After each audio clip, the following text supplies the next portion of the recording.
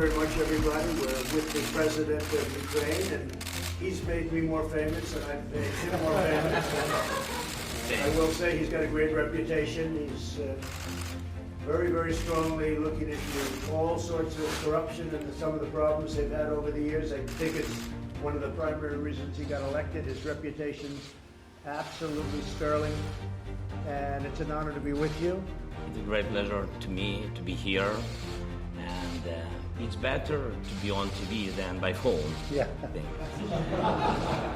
And Mr. President, thank you very much. Nice to meet you. Best meeting. Yeah. Great meeting, and we want all support for USA. Thank you very much. Thank you. Thanks, American people. Thanks, President Trump. Thank you, guys.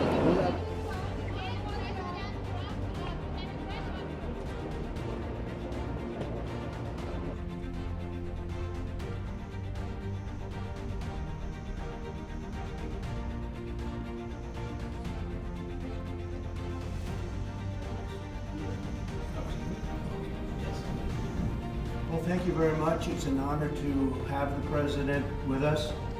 And he's been through a lot.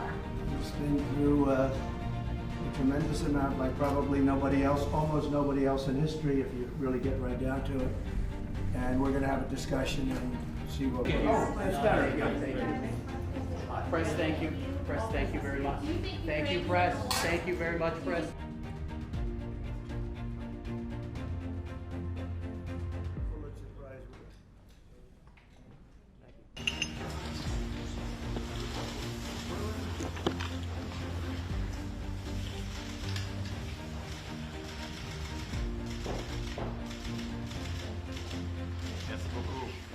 Thank you. Thank you.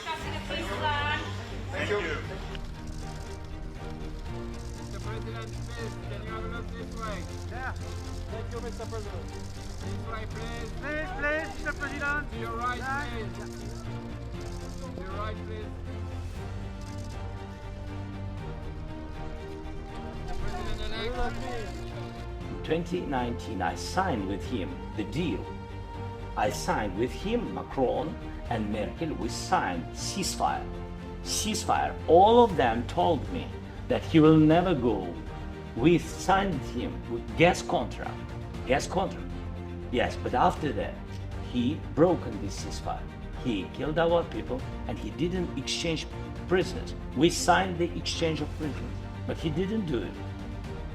What kind of diplomacy, GD, you are speaking about? What do you mean? I'm talking about the kind of diplomacy that's going to end the destruction of your country. Yes, but if you Mr. are not President, strong... Mr. President, with respect, I think it's disrespectful for you to come into the Oval Office and try to litigate this in front of the American media. Right now, you guys are going around and forcing conscripts to the front lines because you have manpower problems. You should be thanking the President for trying to bring an end to this conflict. Have you ever been to Ukraine that you say what problems we have? I have been to. Count once. I've actually watched and seen the stories, and I know what happens is you bring them on a propaganda tour, Mr. President. Do you disagree that you've had problems bringing people into your military? And do you think that it's respectful to come to the Oval Office of the United States of America and attack the administration that is trying to prevent the destruction of your country? A lot of questions. Let's start from the beginning. Sure. First of all, during the war, everybody has problems. Even you, but you have nice oceans and don't feel now, but you will feel it in the future. God bless. You don't know that. God bless. You don't God know bless. that. You will not have war. Don't tell us what we're going to feel. We're trying to solve a problem. Don't tell us what we're going to feel. I'm not telling you. Because I'm you're in no answering all position these to questions. dictate that. That's exactly what Remember you're this. doing. You're in no position to dictate what we're going to feel. We're going to feel very good. Feel influenced. We're going to feel very good and very strong. You will feel influenced. You're right now not in a very good position. You've allowed yourself to be in a very bad position, and he happens to be right about it. And the president who's trying to save your country. You're playing cards. Serious. You're gambling with the lives of millions of people. You're gambling with World War III. You're gambling with World War III. And what you're doing is very disrespectful to the country, this country, that's backed you far more than a lot of people said they should have. Have you said thank you once this entire meeting? No, in this Even entire meeting, today, have you said thank even you? today. Mr. President, we don't need this. Mr. President, I just wanted to ask. We are staying in our country, staying strong from the very beginning of the war. We've been alone, and we are thankful. I said thanks. You haven't in been this alone. Cabinet, You and haven't not been only alone. in this We cabinet. gave you, through I this said thank stupid you. president, $350 billion. You voted we gave for you your military equipment, You and you voted men for are your brave, but they had to use our military. What about if, West? if you didn't have You our invited military me- equipment, You invited if me you to didn't speak. have our military equipment, this war would have been over in 2 weeks. In 3 okay? days, I heard it from Putin. In 3 days. This is something Maybe new. less. In 2 weeks, of course, yeah. It's going to be a very hard thing to do business like this. Again, I tell you. just say thank you. I said a lot of except times that thank they're, you except to that- American people. Except that they're. You see, I think it's good for the American people to see what's going on. I understand, sir. I think it's very important. That's why I kept this going so long. You have to be thankful. You don't have the cards.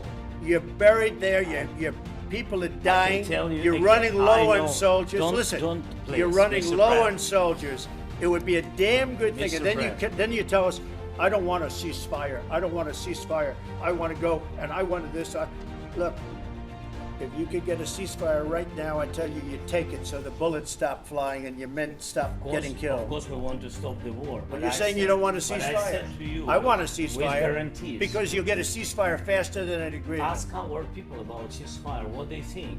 Because great music, great movies, great muscle cars, but closer.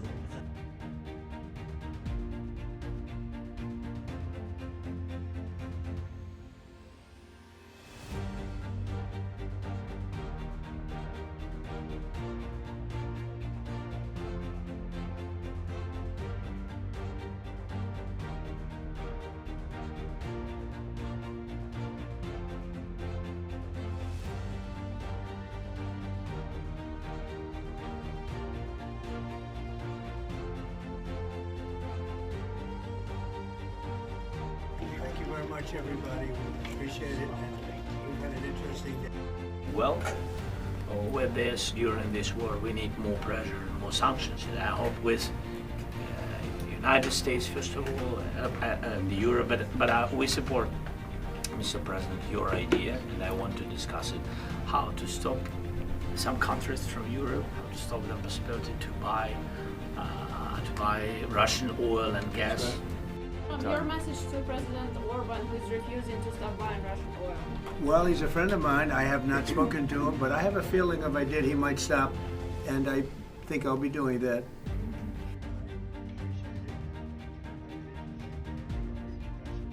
Well, the biggest progress is that the Russian economy is terrible right now. It's, as you know, it's crashing.